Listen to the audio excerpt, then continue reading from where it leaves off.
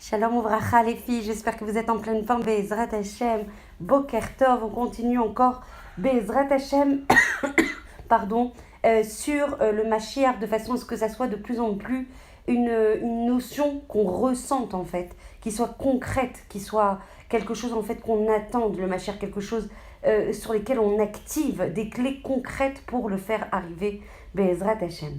On continue donc sur les 13 articles de foi de Maïmonide. Le 12e des 13 articles, il est marqué « Je crois d'une foi parfaite en la venue du Mashiach, et bien qu'il tarde, malgré tout, j'attends chaque jour son arrivée. » On constate donc qu'il ne suffit pas d'être ma'amina, il ne suffit pas de croire, il ne suffit pas d'être sûr que le Mashiach va arriver, mais que l'attente de chaque seconde qui précède l'arrivée du Mashiach, l'attente constante de son apparition, fait partie impérativement de nos 13 articles de foi, donc de notre émouna. Donc en fait, non seulement on doit être confiant et sûr que le Mashiach va arriver et va nous délivrer, Be'ezrat Hashem, Bekarov Mamash Berachamim, mais en même temps, toute l'attente qui la précède va faire partie complètement intégrante de notre mitzvah de émouna.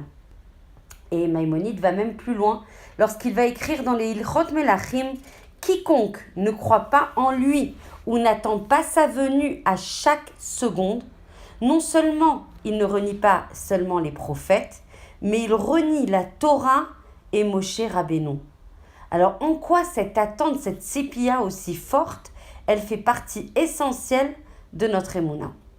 Et le Rambam va expliquer que la Torah affirme elle-même que le Mashiach viendra et que celui qui ne croit pas est quelqu'un qui renie la Torah et Moshe Rabbeinu. Mais une question demeure. Pourquoi celui qui ne l'attend pas est-il appelé ainsi ? En fait, c'est uniquement celui qui ne l'attend pas, donc qui est appelé comme un renégat, comme quelqu'un qui renie en fait les principes de foi et la émouna, la Torah, Moshe Rabbeinu.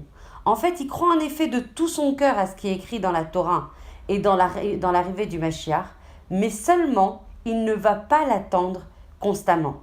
Et combien parmi nous, on fait tous partie de ça ? C'est-à-dire qu'on va avoir des sursauts en fait de émouna, quand on va être sous tension, quand il va y avoir des épisodes particuliers qui vont tendre le Ham Israël, qui vont unir le Ham Israël vers un même objectif. Mais combien d'entre nous après, on re-rentre dans notre vie au quotidien, dans notre ritza permanent, dans nos enjeux personnels, professionnels, etc., sans pour autant comprendre que nous, on a peut-être une vie comme ça, avec quelques sursauts, mais Hachem, il est tout le temps en tsar. Il a tout le temps pas de capacité à résider, de maison, puisque les deux Baté Mikdash ont été brûlés. Donc du coup, il n'a pas de maison pour résider.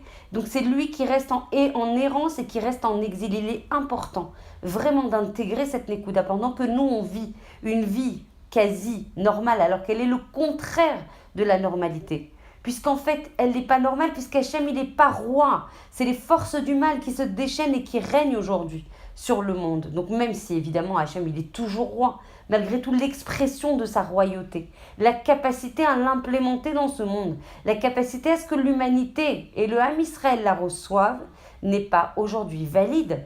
Donc il faut comprendre qu'on s'inscrit aujourd'hui dans une situation qui n'est absolument pas normale, qui est le contraire de la normalité. Et donc on ne peut pas se complaire dans une situation qui est le contraire en fait des valeurs de la Torah, de la normalité, des attentes qui nous sont associées et sur lesquelles on est attendu.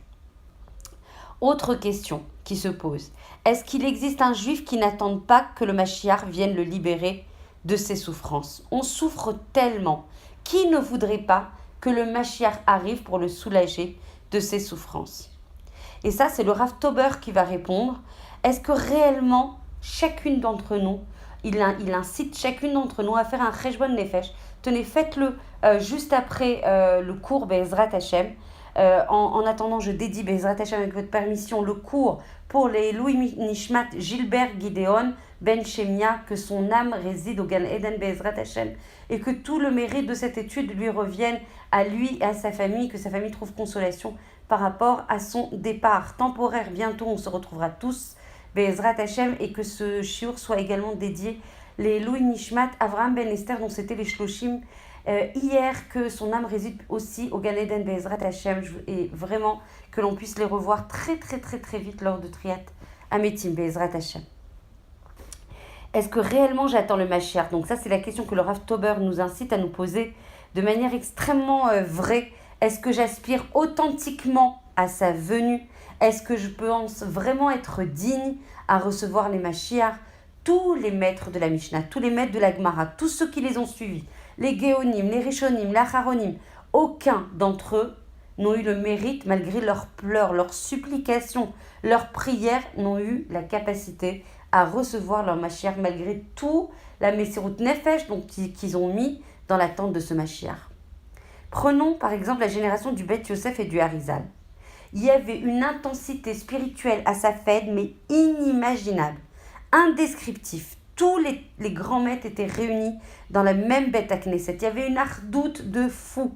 Le Beth Yosef en était le Rav, Rabbi Eliezer Askari, qui est l'auteur du Sefer Acharedim, était le Shamash.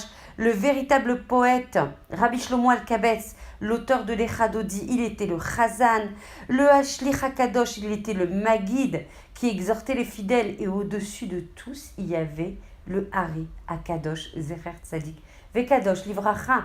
Donc la communauté tout entière de Safed à cette époque-là était composée des plus grands tzadikim. Et ils se levaient toutes les nuits, au milieu de la nuit, pour pleurer sur l'exil de la Shrina. Et malgré ça, le Mashiach n'est pas venu. Et alors du coup, la question vraiment sous-jacente et qui est induite en fait par cette analyse extrêmement factuelle et cartésienne, comment ça se fait qu'une génération comme la nôtre, qui peuvent être aussi spirituellement pauvres, pourrait l'attendre? Est-ce qu'on en est digne?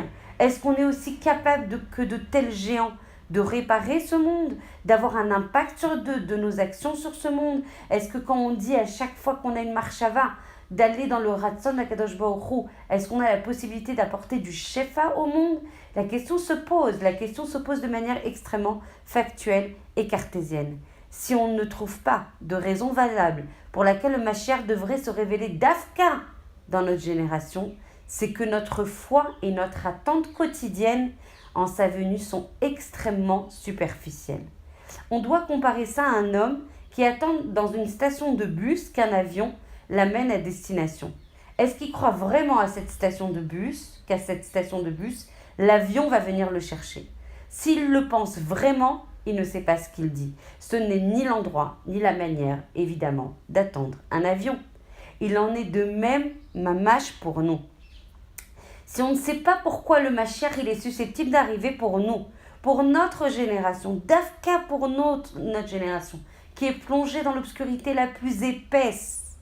Et on dit que dans l'obscurité la plus épaisse, la plus petite flamme que l'on allume, la plus petite flamme qu'on allume dans une neshama d'un juif, elle peut éclairer le monde entier. A contrario, on allume des lumières quand la lumière elle brille déjà, comme c'était le cas dans toute la génération des tzadikim qu'on a décrit tout à l'heure. Elle a pas le même impact, elle éclaire mais elle n'a pas le même éclairage. Nous, chaque petit pas, chaque marshava, chaque ratson, chaque évidemment maasé, chaque action en fait pour rejoindre le ratson d'Hachem, pour crier à Hachem qu'on ne veut que lui comme roi, qu'il n'y a rien qui peut nous gouverner au-delà de nos tavots, de nos désirs, des nations, des modes de culture. On ne veut qu'Akadosh Baruch Hu et on veut qu'il puisse reprendre son rôle de roi dans ce monde. Alors là, le Mashiach viendra Be'ezrat Hashem. Mais ça ne peut pas être partiel, ça ne peut pas être je veux 20% en fait de Géoula et puis je veux 80% de ma vie. Et quels que soient les ratios, ça doit être exclusif. On veut la Géoula parce qu'on veut qu'Hachem reprenne sa place de roi dans le monde, qu'il arrête d'être en exil, qu'il arrête de pleurer avec le Ham Israël qui est partout en souffrance. Be'ezrat Hashem, que l'on puisse jouir de cette lecture, de cette pureté d'intention, de façon à recevoir le Mashiach Bekarov Mamash. Et si on ne sait pas pourquoi le Mashiach il est susceptible de venir pour nous, alors qu'il n'est pas venu pour le Chafetz Chaim, alors notre attente a besoin d'être beaucoup plus approfondie et elle reste encore superficielle. La réponse à cette question, c'est pourquoi on mérite le Mashiach plus que les générations précédentes. C'est une question sur laquelle il faut énormément travailler.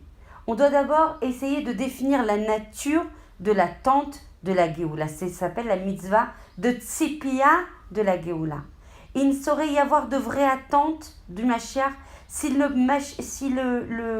Am Israël n'est pas convaincu qu'il méritera de ressentir par là l'extraordinaire proximité d'Hachem qui se dévoilera à ce moment-là. On dit que quand le Mashiach va arriver, Hachem va sortir le soleil de son fourreau. Ça veut dire que là, ce que vous voyez comme soleil, c'est une lumière extrêmement amoindrie. Il va y avoir une lumière de vérité immense. Tout sera éclairé. Plus rien ne sera mensonger. La vérité va éclater. Hachem va se révéler dans toute sa splendeur. Donc forcément, c'est ça qu'on doit attendre. On doit attendre l'extrême révélation d'Akadosh Baruch Hu, l'absolue révélation d'Akadosh Baruch Hu. Et celui qui ne croit pas en la venue du Mashiach ne croit pas à la sainteté du Ham Israël. Parce que malgré que nos actions ne sont pas toujours conformes, même si on voit beaucoup de mal se déchaîner, et y compris, malheureusement, les Tsareno Arav, dans le Ham Israël, sur notre terre, et je pense encore aux épisodes qui se sont passés vendredi, malgré tout, le Ham Israël, dans son essence, il est Kadosh.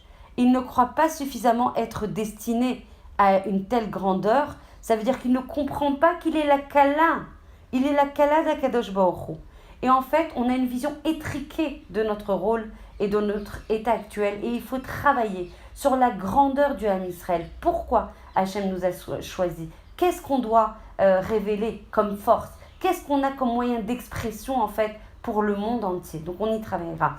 Be'ezrat Hachem, ce sont des notions extrêmement profondes, complexes, mais qui peuvent nous impacter énormément et qui peuvent faire arriver Be'ezrat Hachem, le Mashiach, Bekarov, en mode accéléré, Be'ezrat Hachem, Bekarov, Mamash, pour proclamer la royauté d'Akadosh Baruch Hu, Be'ezrat Hachem.